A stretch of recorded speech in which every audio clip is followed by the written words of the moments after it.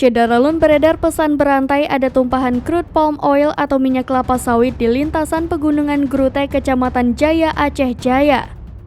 Info tersebut beredar di sejumlah grup WhatsApp khususnya wilayah Barat Selatan Aceh pada Selasa 27 Desember 2022.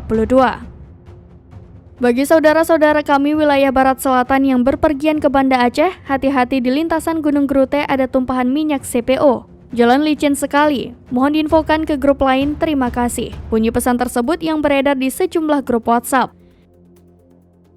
Kapolres Aceh Jaya AKBP Yudi Wiono melalui Kasat Lantas Ibda Ari menyebutkan informasi tersebut tidak benar.